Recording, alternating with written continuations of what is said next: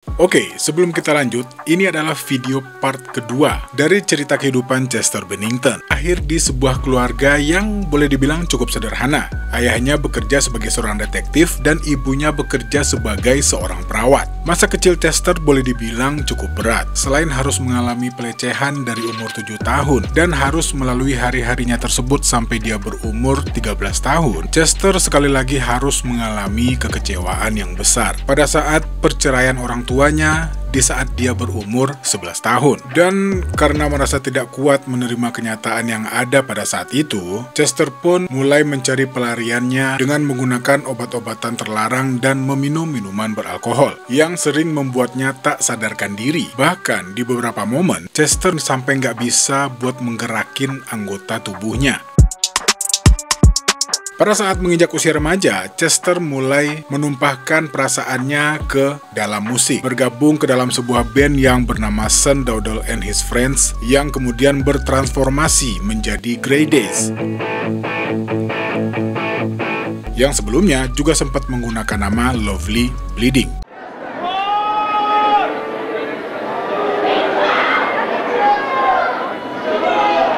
What's up, you guys got a request? B12? Pada awalnya, karir Chester bersama Grey Daze cukup bagus. Lumayan lah buat band baru. Mereka mendapatkan seorang produser dan langsung dimodali, boleh dibilang dana pengembangan lah, sebesar $10.000. Materi-materi Grey Daze pun boleh dibilang cukup bagus. Salah satunya sebuah lagu yang berjudul Wake Me ini.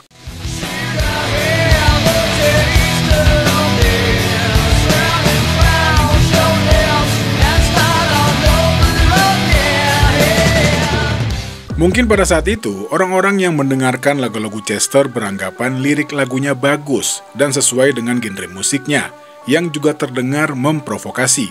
Tapi pada kenyataannya, ini adalah ungkapan perasaan Chester, sebuah teriakan dari jiwanya yang terluka cukup dalam. Di tahap ini, semuanya berjalan dengan lancar.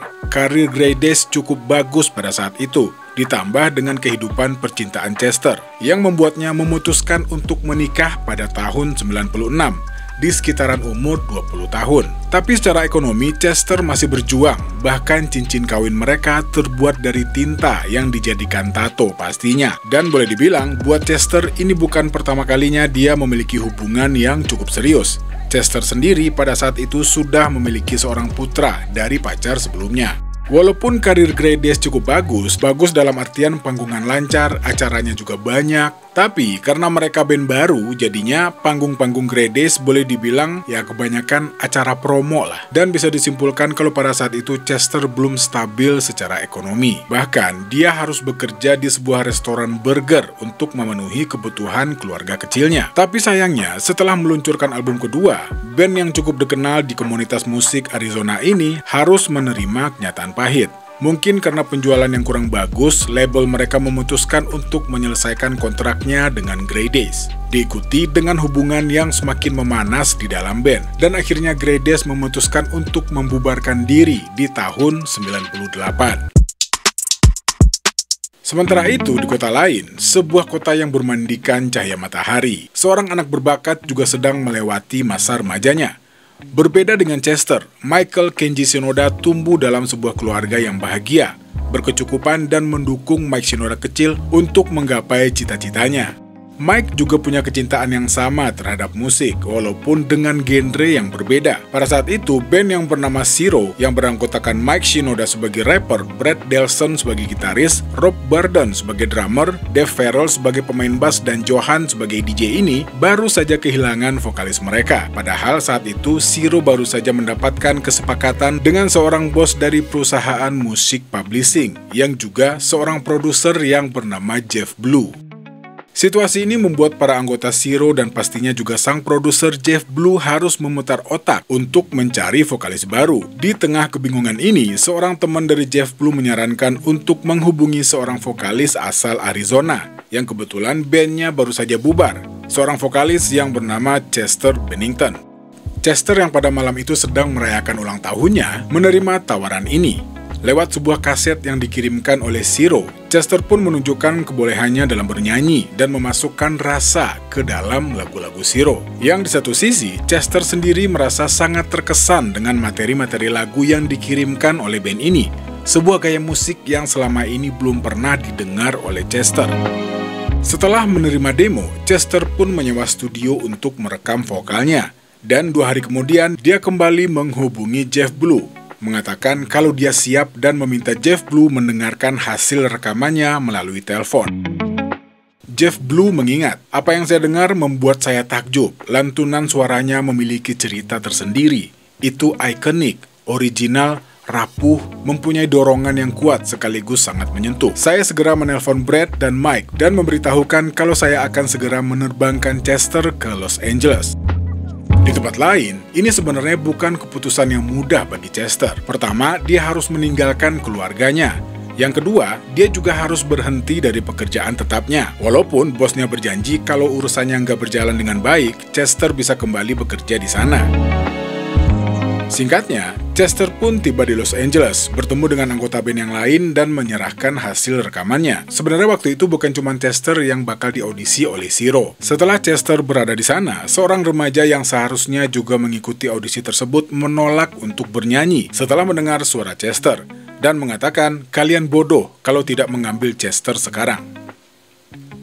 Ya, ini Mike juga sempat bilang ya, kalau dia ngelihat penampilan Chester pada waktu itu, mungkin orang tidak akan mengira akan kemampuan bernyanyinya. Seorang remaja kurus dengan kacamata, memakai kemeja yang juga kebesaran, jauh dari kesan anak band, apalagi seorang vokalis. Mike mengingat dia seperti pria murahan dari sebuah klub di Arizona, tapi suaranya sangat luar biasa, sangat berbahaya katanya.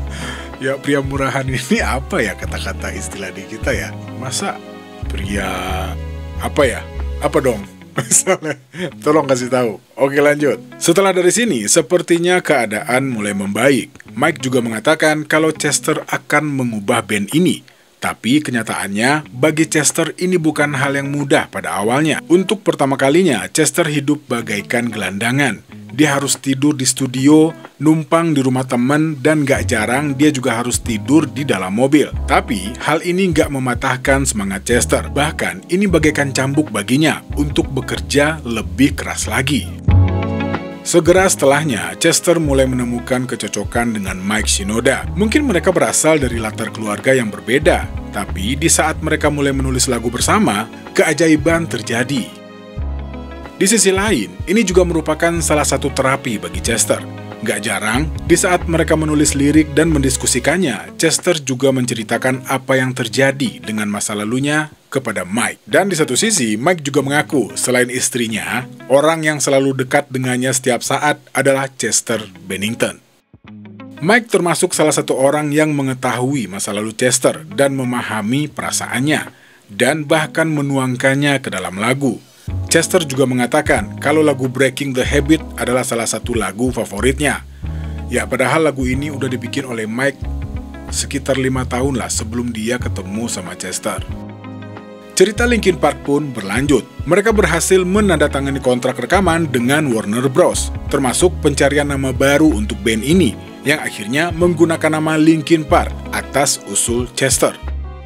Singkat cerita, Hybrid Theory pun dirilis pada tahun 2000, sebuah album ikonik yang berasal dari sebuah band yang mencampurkan unsur hip-hop dan metal. Album ini gak cuman fenomenal. Melalui album ini, Linkin Park dan Chester khususnya akhirnya mampu menunjukkan eksistensi mereka sebagai musisi dan seniman yang patut diperhitungkan. Di satu sisi, akhirnya Chester menemukan rumahnya. Akhirnya Chester bisa bertemu dengan keluarga barunya. Bagi Chester, Linkin Park bukan cuma wadah untuk berkarya, tapi melalui Linkin Park, Chester pun perlahan-lahan menceritakan dan melepaskan beban batinnya. Chester bahkan membuat tato yang bertuliskan Linkin Park di punggungnya.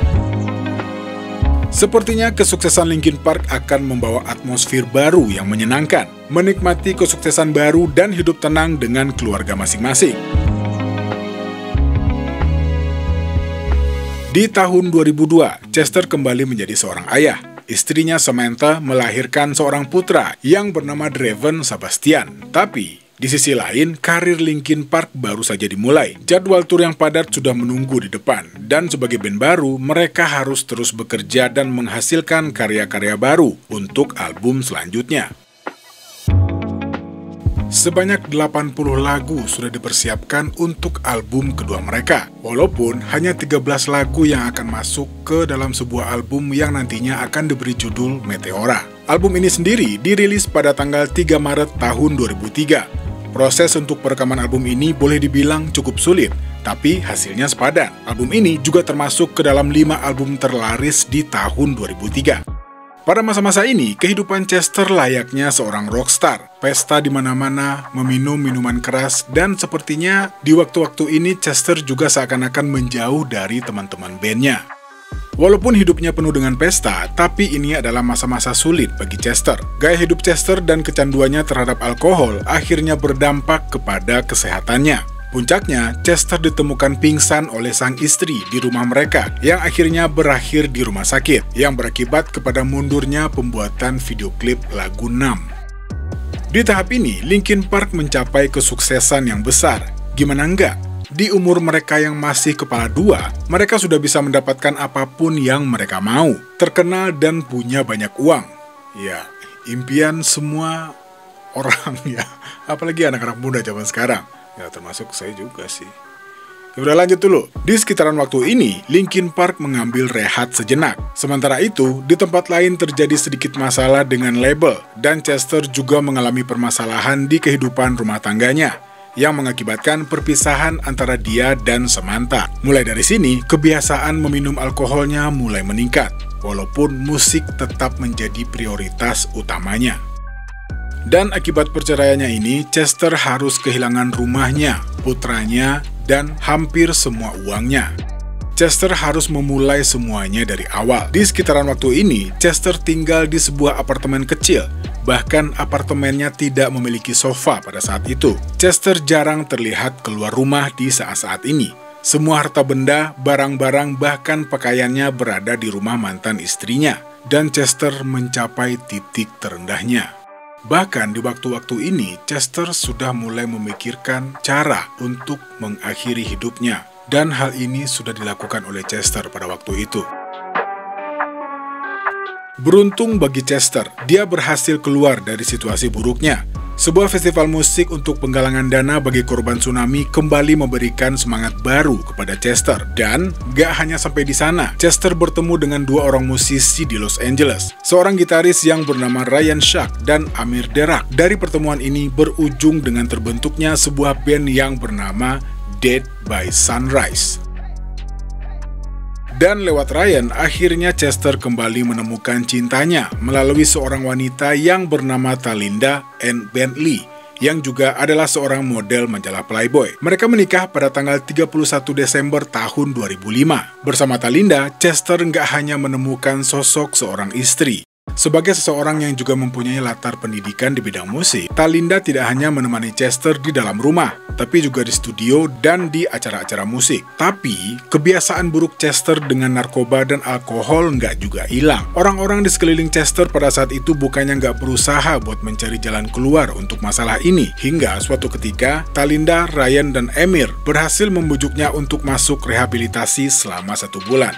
Tapi bukannya membaik. Setelahnya, kebiasaan Chester malah semakin parah. Hingga akhirnya Talinda meminta bantuan kepada para anggota Linkin Park. Dan setelahnya, Chester kembali setuju untuk menjalani rehabilitasi. Pada tahun 2007, Linkin Park kembali mengeluarkan album ketiga mereka yang berjudul Minutes to Midnight, yang juga menandai pergeseran arah musik band ini. Seiring berjalannya karir Linkin Park, kepribadian Chester pun semakin matang. Gak hanya membicarakan masalah pribadi, Chester mulai membicarakan masalah politik, pencemaran lingkungan, dan isu-isu yang ada pada saat itu. Bahkan Linkin Park mulai berkolaborasi dengan beberapa musisi lain dan mengerjakan proyek-proyek besar, termasuk beberapa film dan membuat soundtrack untuk beberapa game. Perlahan-lahan Chester pun mulai pulih dari kecanduannya, menjadi suami dan ayah yang baik dan mempunyai semangat yang baru untuk mengerjakan musik.